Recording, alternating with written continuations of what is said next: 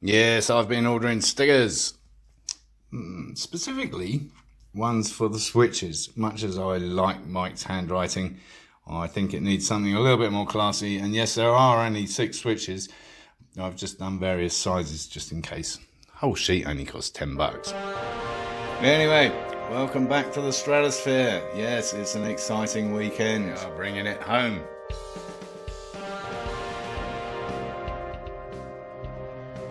Don't know where we're going to put it. Guess we'll have to get rid of some of this shit.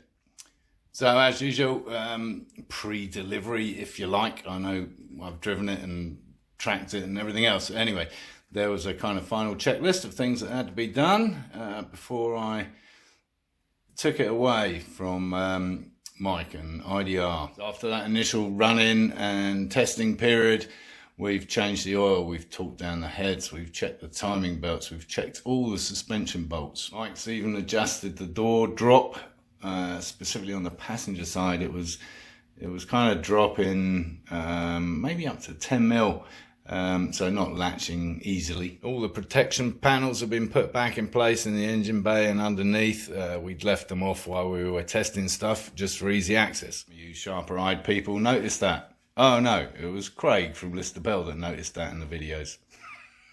Well, he would, wouldn't he? All the minor leaks off the rocker covers and the clutch braking system all been rectified. And Mike assures me that nasty little squeal from the fan belt, alternator belt, whatever, is also cured. Temporarily at least. You may remember we had some problems finding pulleys and belts and things the right size. And eventually we got close and Mike just adjusted the circumference of the pulley, one of the big pulleys, by bolting on a new piece. So ingenious solution as always from IDR. And that left just three items actually, three. Nobody expects the Spanish Inquisition. Yeah, I don't know if I told you, but the door locks, the X19, also used on Lamborghini and Ferrari, I think. Anyway, those handles, you know what I mean. They didn't lock. One wouldn't turn, the other one turned and did nothing. When inquiring of Lister Bell what the situation might be, he assured me that they were fine and it might just be that the cables needed adjusting, but the reality was the non-turny one didn't turn even when we had it completely off the car.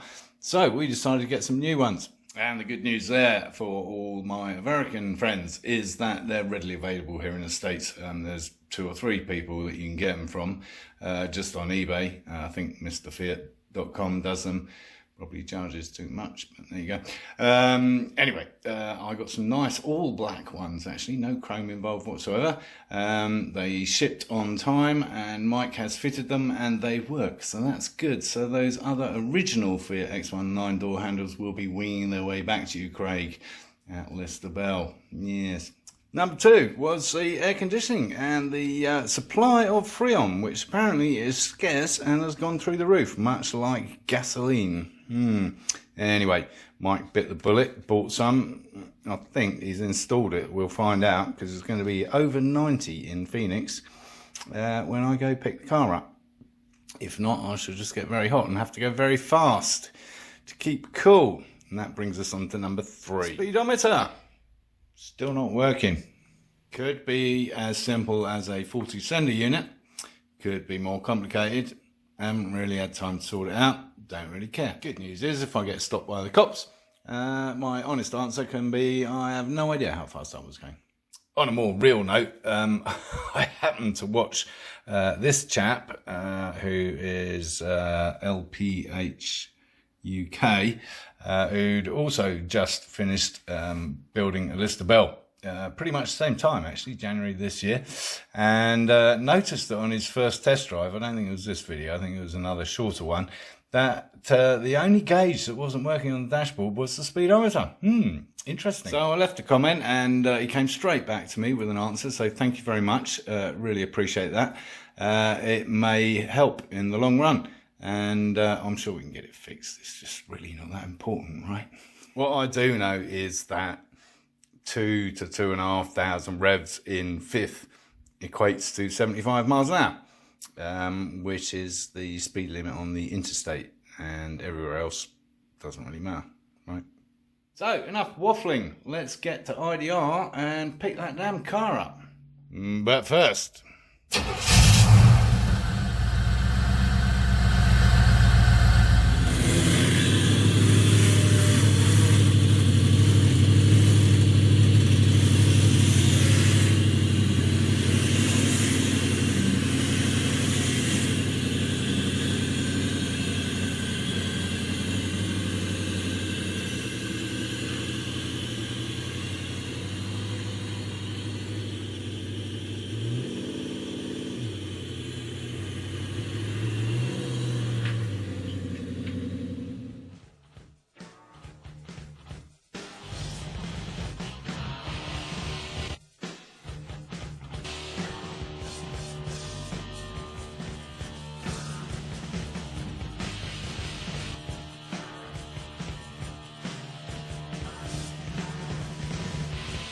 Now it's empty. Yes, welcome to the stratosphere.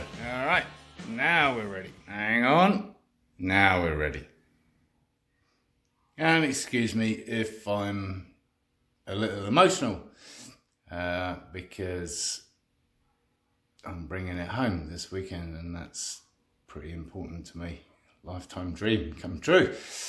And the good thing is it's still gonna be, while this baby 748, you know what I'm saying, two possibly of the most beautiful Italian vehicles ever created are going to be in my garage for a short time, I'm afraid, because I'm selling the 748. It is, as we speak, as I speak, on an auction site, because I don't ride it, and that's a shame. So one in, one out. Anyway, I know you don't care when we go and get some in-car footage. It's coming, I promise. Just packing up some bare essentials. Can't be too careful when you're travelling across hundreds of miles of nothingness and desert. Crucial equipment for Phoenix driving.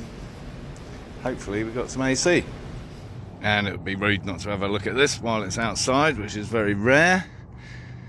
Beautiful P4 built from scratch by Mr. Michael Carpenter.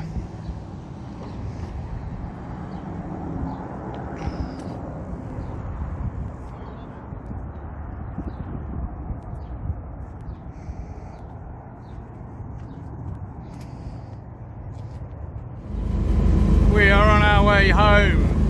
It's a cool 94 degrees here in Phoenix, and I'm keeping my eye on the temperature gauge, as you can imagine. So far holding up pretty well. Quick fuel stop and some horrible clanking coming from the back. It turns out that it's the tensioner on the belt, which Mikey modified, and that modification has come loose. He assures me it will not fly off, so undeterred we shall carry on. It's a little bit noisy at low revs. Once it gets spinning properly, it's not so bad, so wish me luck. Heading out into the desert now, so wish me luck.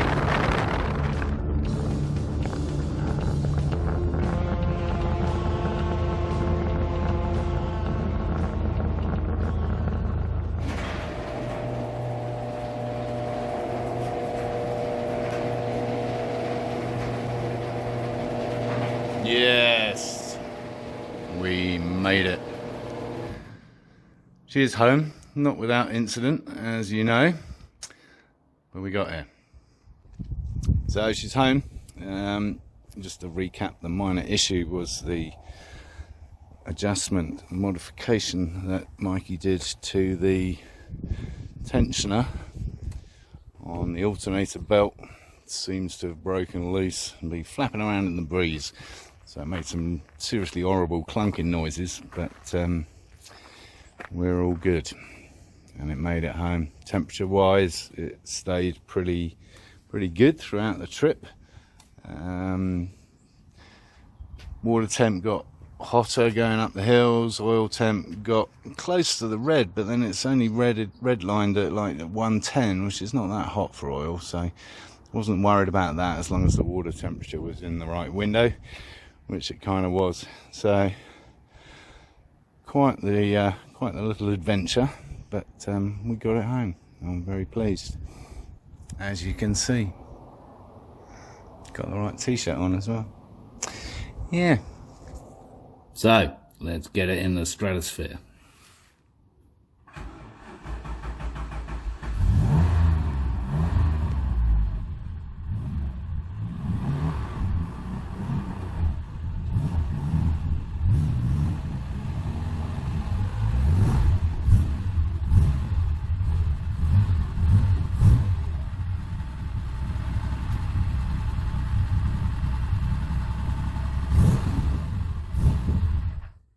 Well, on further inspection, as you can see, yeah, the alternator belt got destroyed on the journey, which is a little disappointing. So it's a little bit bigger task to put it back into working order. Anyway, on a brighter note, the new aforementioned door handles do work.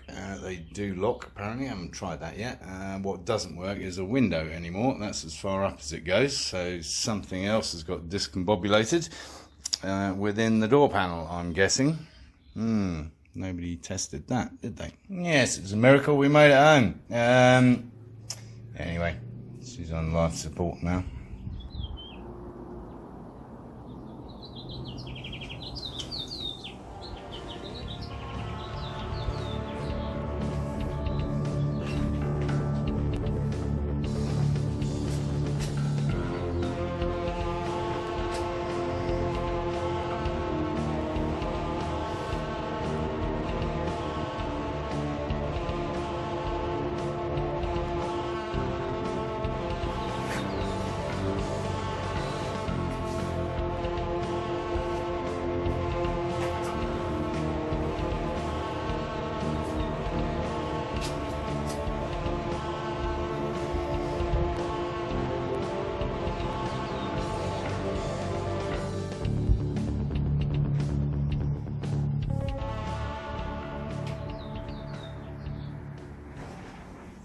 So, not quite the jubilant, elated end that we wanted to this episode of the Stratos, but not unexpected, honestly.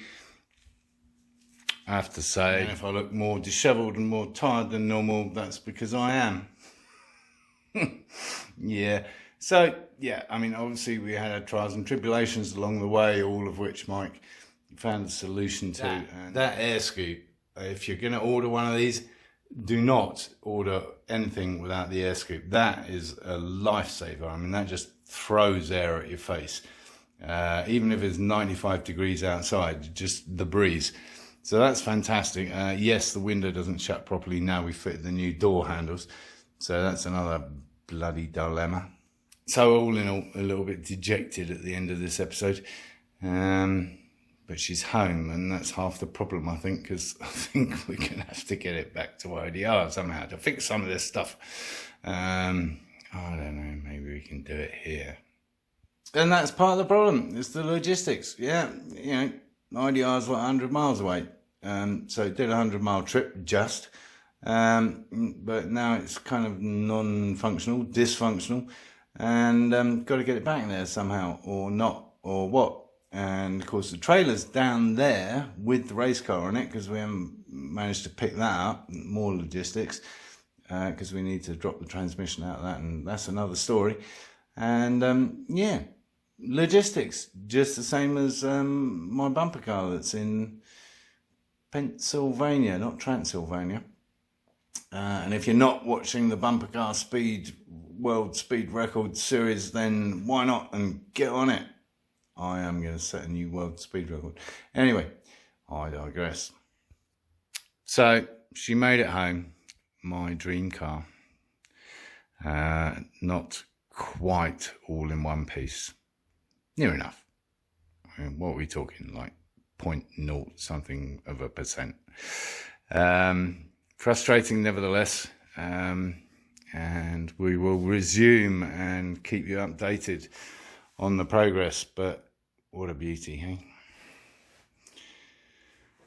I still think it's worth all the aggravation. Yes, inspection time. I left the door open, So that's Mr. Bing. Doesn't come in here very often. Monkey obviously involved. And Little Wolf having a little look. Yes, and the boss, Mr. Simps. And finally the bear inspection.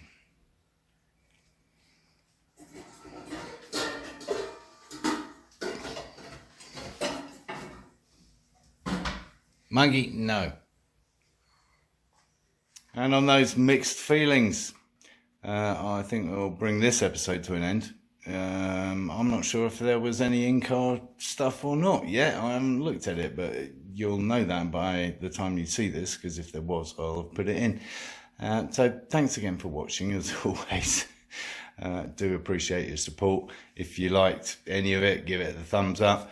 If you haven't already, subscribe and encourage others to watch my lunacy.